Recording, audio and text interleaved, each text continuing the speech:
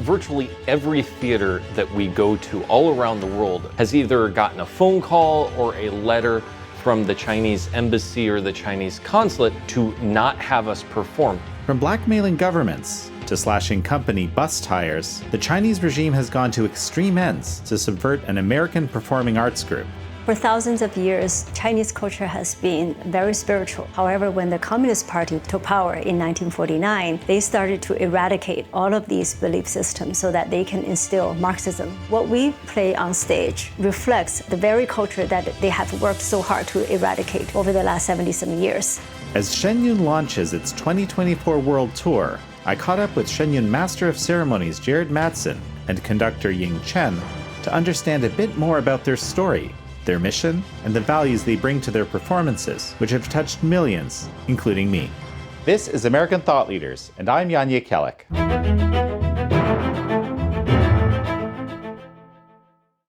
Madsen, Chen Ying, such a pleasure to have you on American Thought Leaders. Thank you. It's a great pleasure to be here. Yeah, thanks for having us.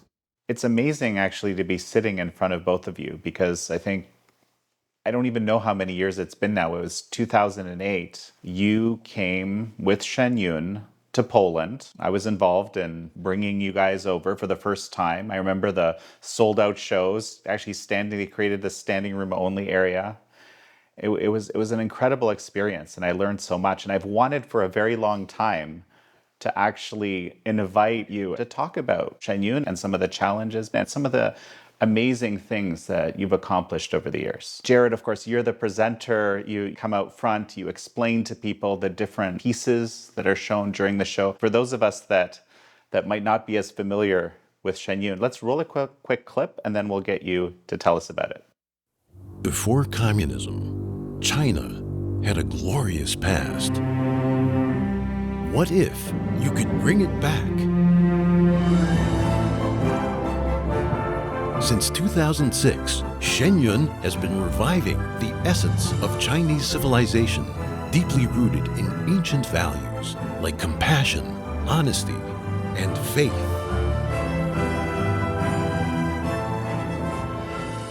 Well, so what did we just see? This is classical Chinese dance. So Shen Yun is considered the world's premier classical Chinese dance company. We have 8 troupes that tour the world simultaneously. We go to over 150 cities a year.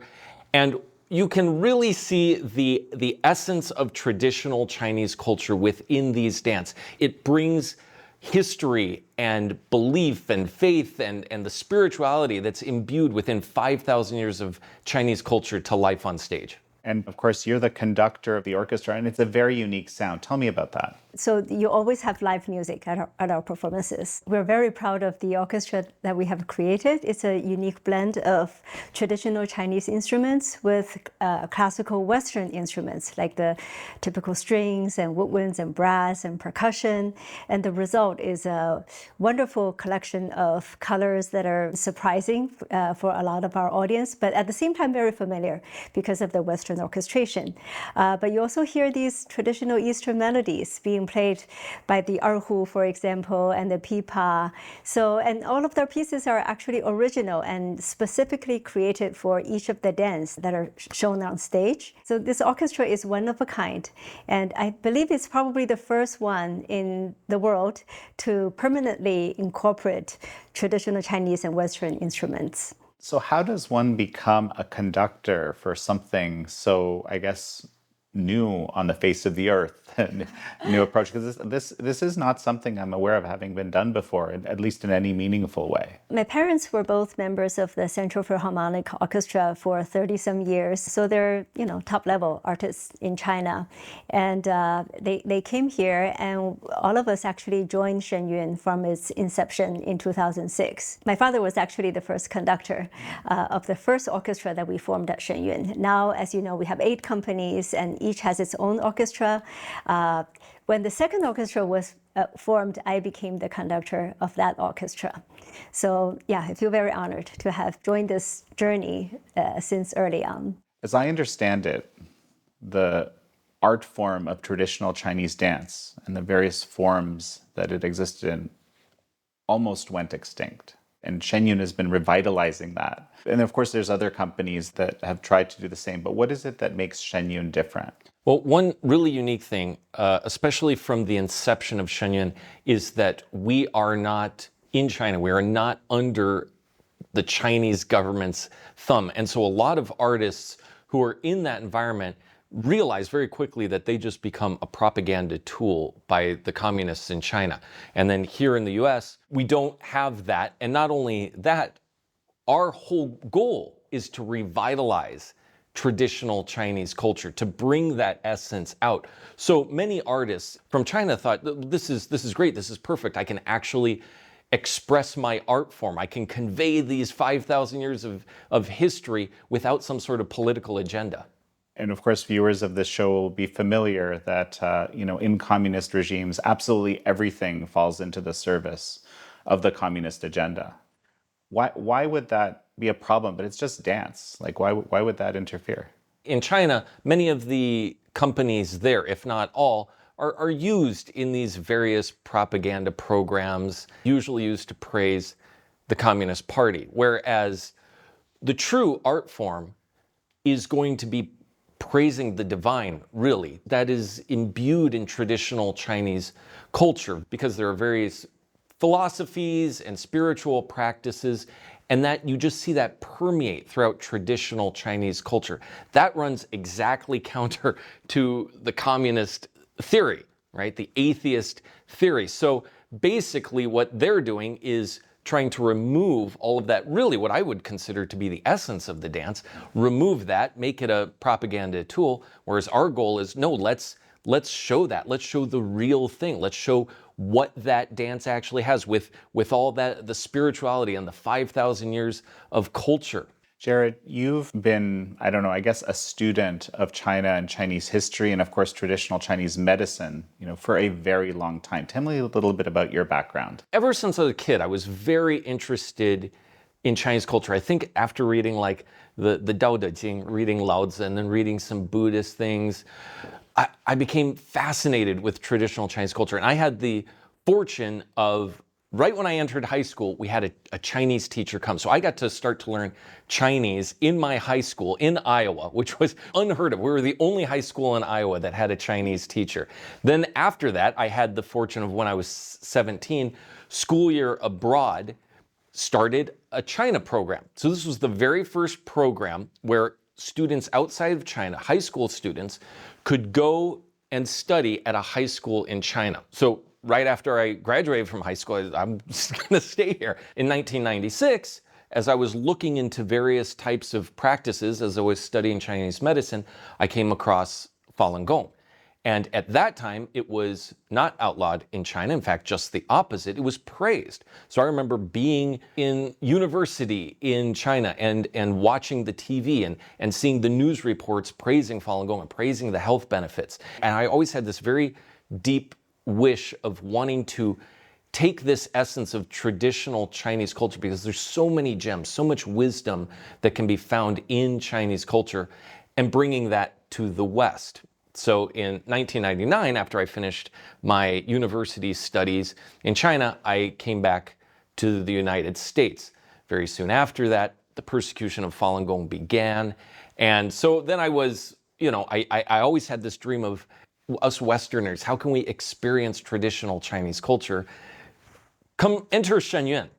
And so in 2007, I was fortunate enough to be able to become part of Shen Yun, to start emceeing. So honestly, I mean, it really was my dream come true, because I get to go on stage every night in front of thousands of people and help the world understand, hey, there's 5,000 years of this amazing culture that there's so much to learn from it, so much wisdom that no matter what culture you're from, no matter what person you are, you will definitely find many benefits from it. So for people very familiar with Shen Yun, they might understand there's a deep connection between Shen Yun and Falun Gong.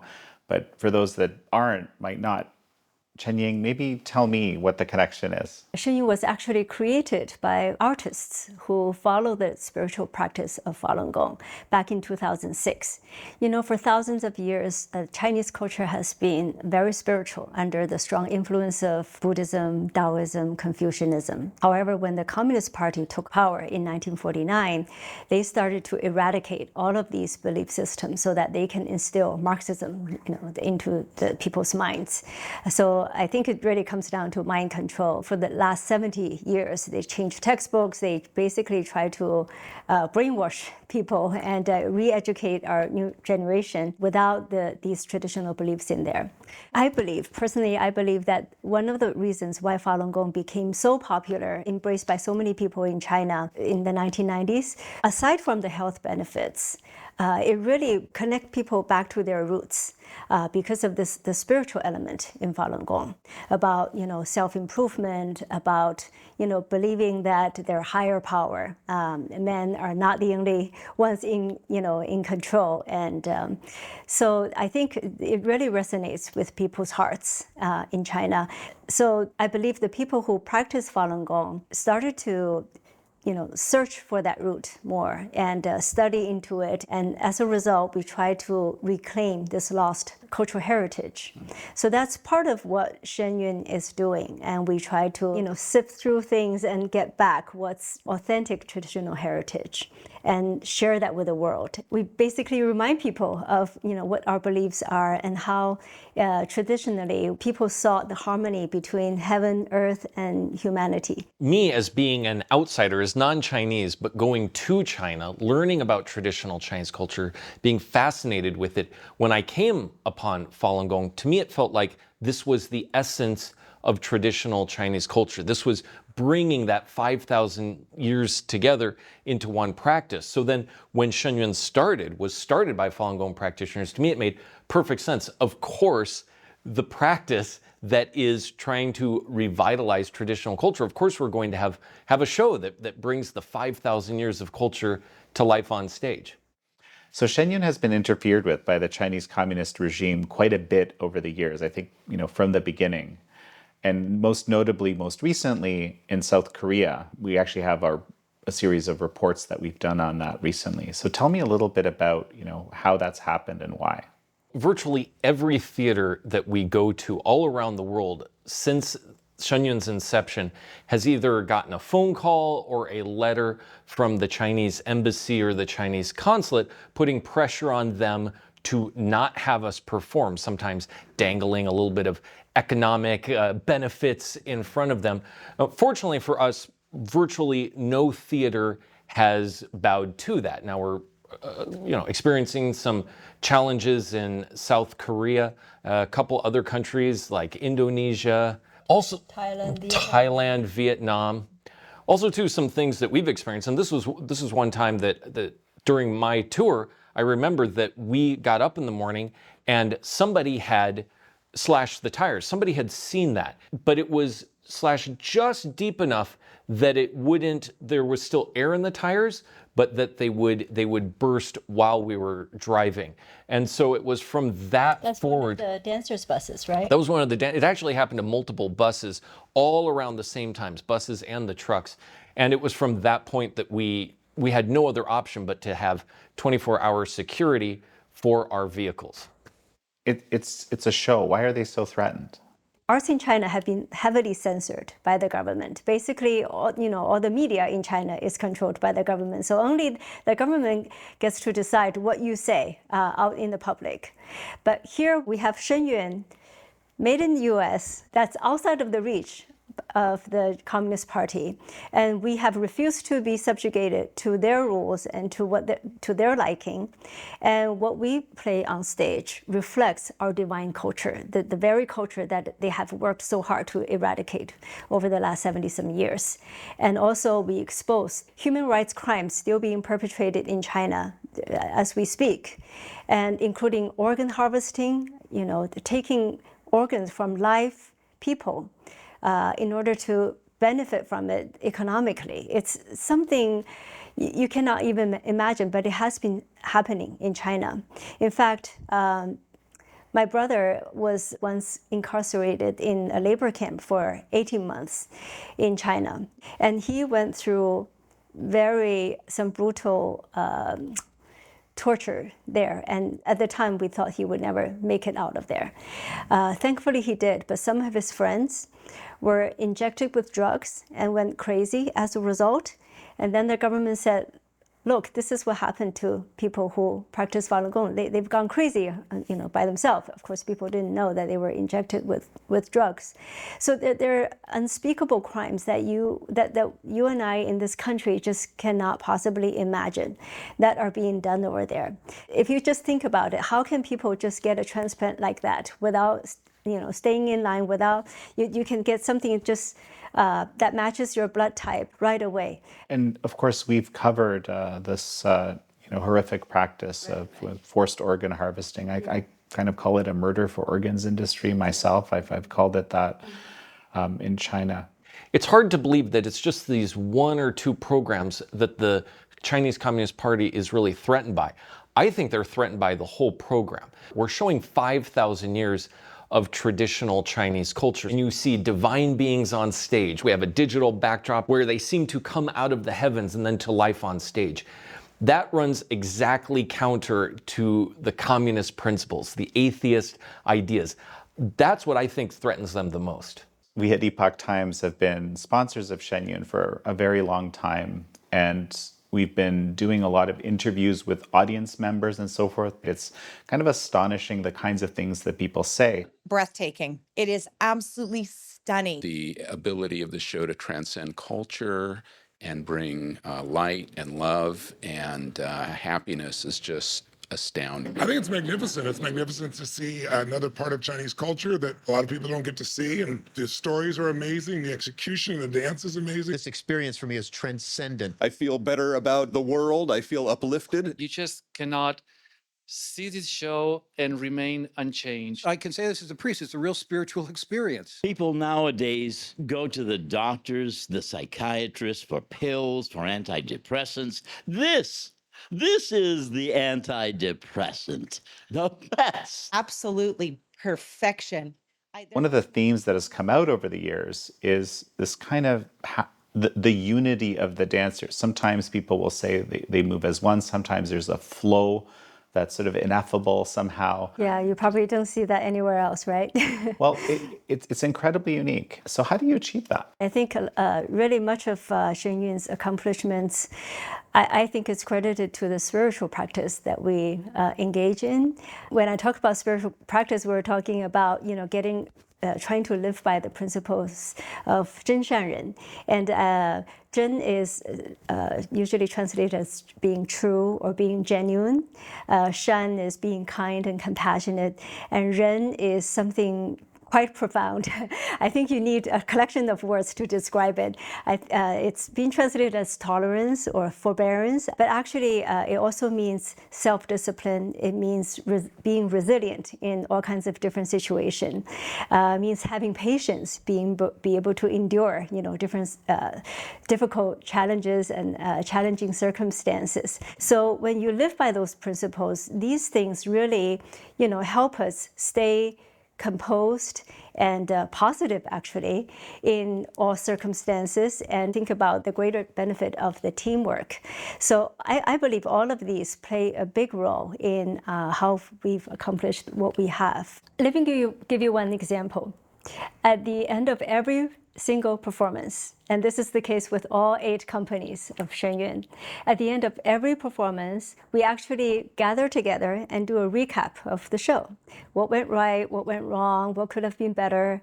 And I'm talking about it on both an individual level and also for the group. And people actually talk about, oh, I didn't do so well here, because the self-reflection is part of the culture, of how we do things at Shen Yun. Always looking for ways to improve and do even better. So even when our audience thinks everything is perfect, we can still see, we're still looking for things ways to do things even better. The way that we strive for perfection that way, it's definitely a powerful thing that has helped us thrive and grow throughout the years.